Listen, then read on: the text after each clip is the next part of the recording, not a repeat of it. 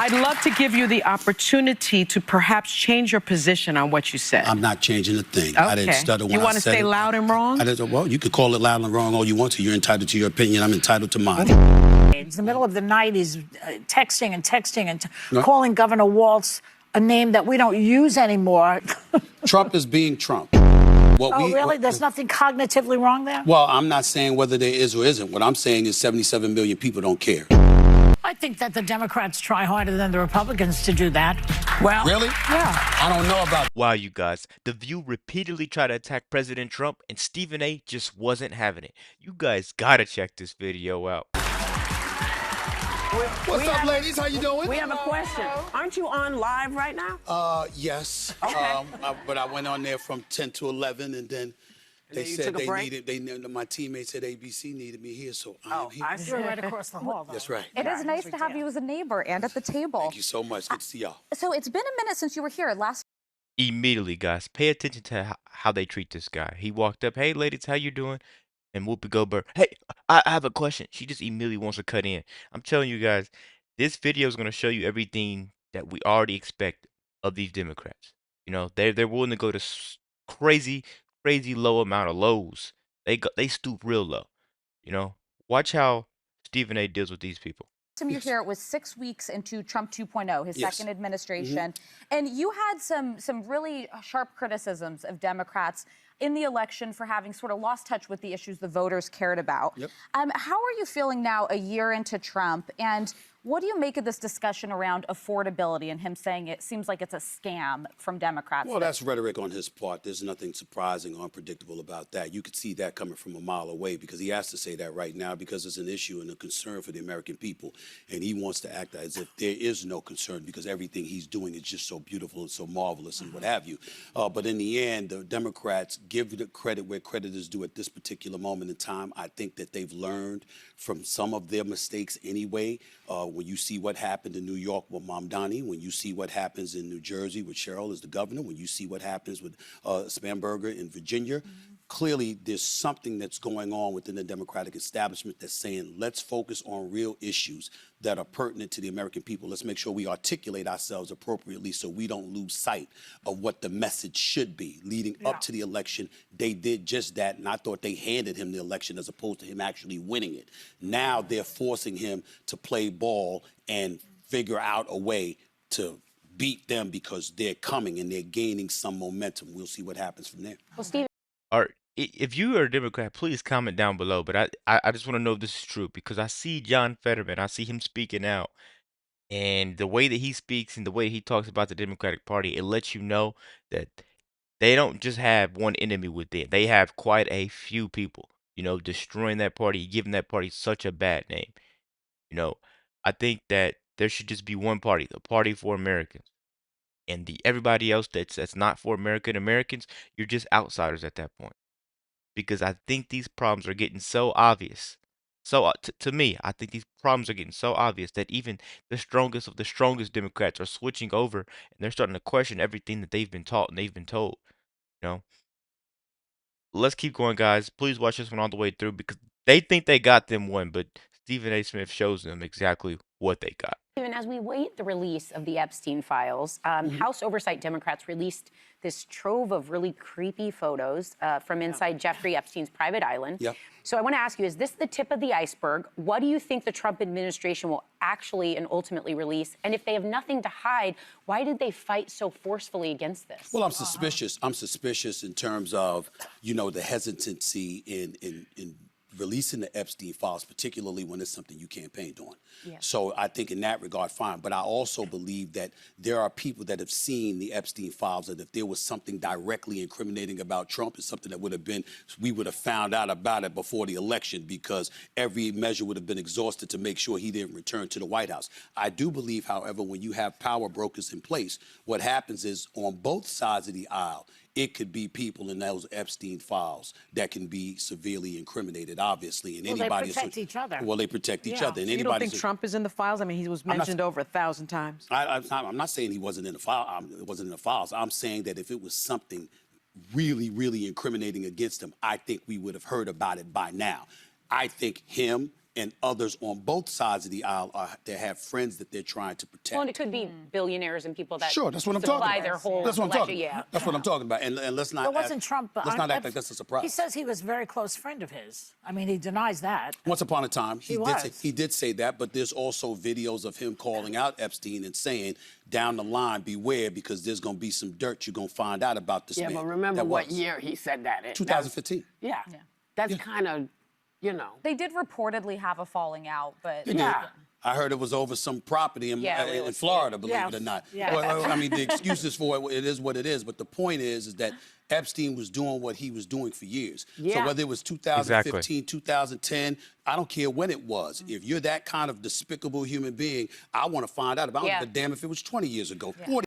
I think in America, we live under so much chaos that we become immune to this. It's like getting stung by a bee a million times.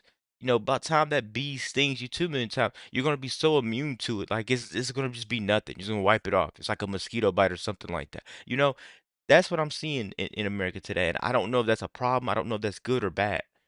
You guys could let me know, but it's so much stuff every day. We can never get a chance to focus on one thing. We never inhale one thing that's going on. It's always this. Especially while Trump's president, you know, they throw so many stones at him. Years ago, if you were that kind of person, we need to know you about So you want to see the files? Well, of course I want to see the files. Me too. Of course I want to see Me the files. too. Absolutely. Yeah. Okay, so let's talk about this, because Trump is claiming that he aced the cognitive test. Even though he's going on late night Truth Social tirades, in the middle of the night, he's texting and calling Governor Walz a name that we don't use anymore to disability. He's attacking female reporters as piggy and ugly. He's falling asleep in the middle of a meeting. I mean, I said yesterday that Marco Rubio is boring, but not that boring that he would fall asleep. So what do you think's going on with him? He's working. Trump is being Trump. Really? There's nothing cognitively wrong there? Well, I'm not saying whether there is or isn't. What I'm saying is 77 million people don't care. They voted for him. And those same 77 million people Is it will still do it that again. number? They would do it. Well, you could say that it is or isn't, but the point is he's the president of the United States. Despite the onslaught of stuff that was coming his way, he knocked off folks in the Democrat. So Joy Behar just interrupted him. He said 77 million people voted for him. You know, and then she started talking. He said they'll do it again, but she talked over him.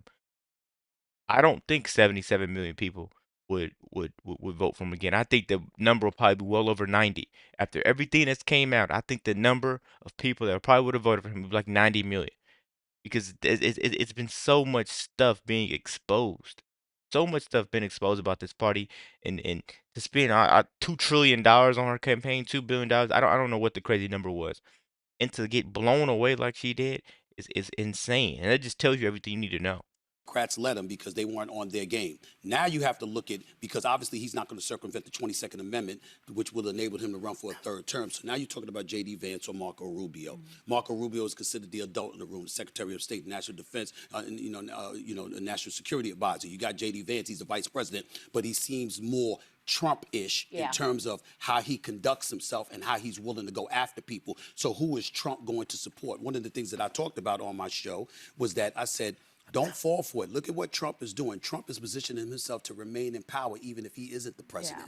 He wants to make sure he maintains that level of influence. And so because of, when you see what he's done with the Honduras president, letting him out, pardoning him, even though the man is alleged to assist in funneling 400 tons of cocaine into the United States. He was serving 45 years. He was serving 45 years, absolutely. And you let him out in the same breath. You're bombing people in the Caribbean for the very thing that you said was a problem. Well, let's talk about the bombing. He's doing what he's doing, but in the end, what it comes down to is that you're going to have to beat him because he is going to make sure he dictates who his successor is going to be. If he stays away. Anticipate he's going to be away. My friend, I want to talk to you about the Anticipate. bombing, my friend. Yes. And some things that you recently said. You know I like you, right? Okay, so you recently accused Senator Mark Kelly, a veteran, an astronaut, of crossing the line for participating in a video reminding troops that they can refuse to follow illegal orders. Okay.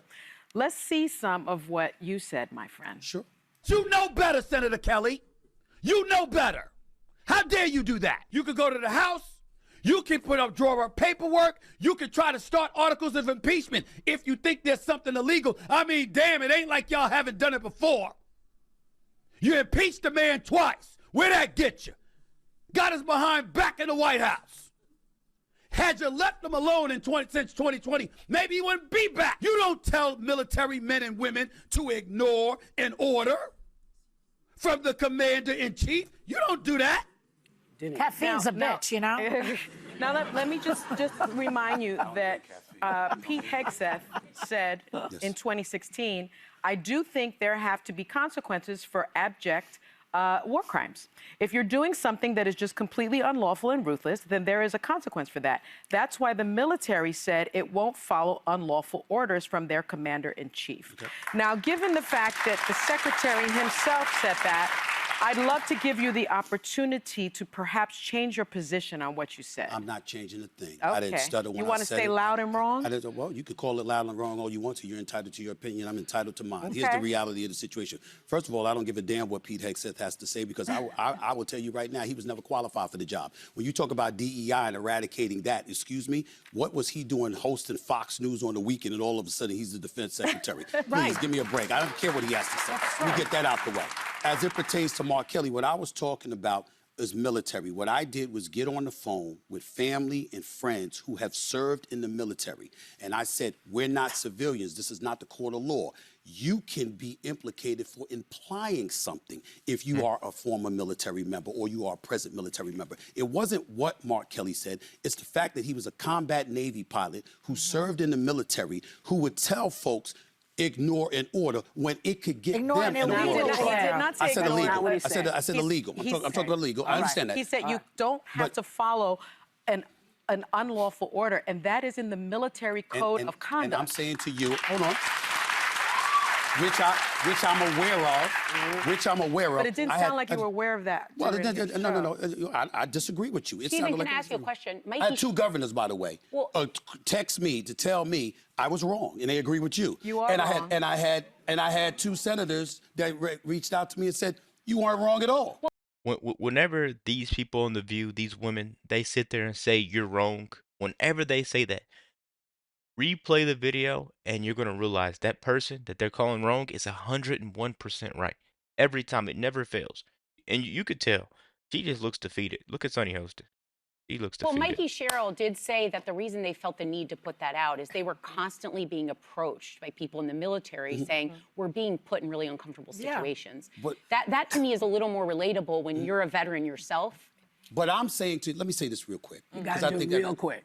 Or wait till we come back. All I'm saying is this. If you're a member of the military, I'm looking at the soldiers as saying, don't get yourself in trouble. Let somebody else do it. Don't Exactly. you do it because it ain't going to work for you. But you get past Sorry, that was the Alyssa bar. Slotkin, not Mikey Sherrill. I'm My sorry. apologies. Okay, so whoever. That's what your parents teach you when you're a kid. You know, if you see Johnny jump off a cliff, are you going to go follow him and jump off a cliff also? And that's what these Democrats are doing.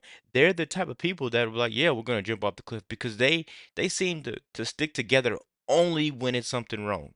Only when it's something wrong. That's the only time they stick together. They're just full of snakes. The Democratic Party is just full of snakes, and the View shows it every time. It's getting harder and harder for them to defend this.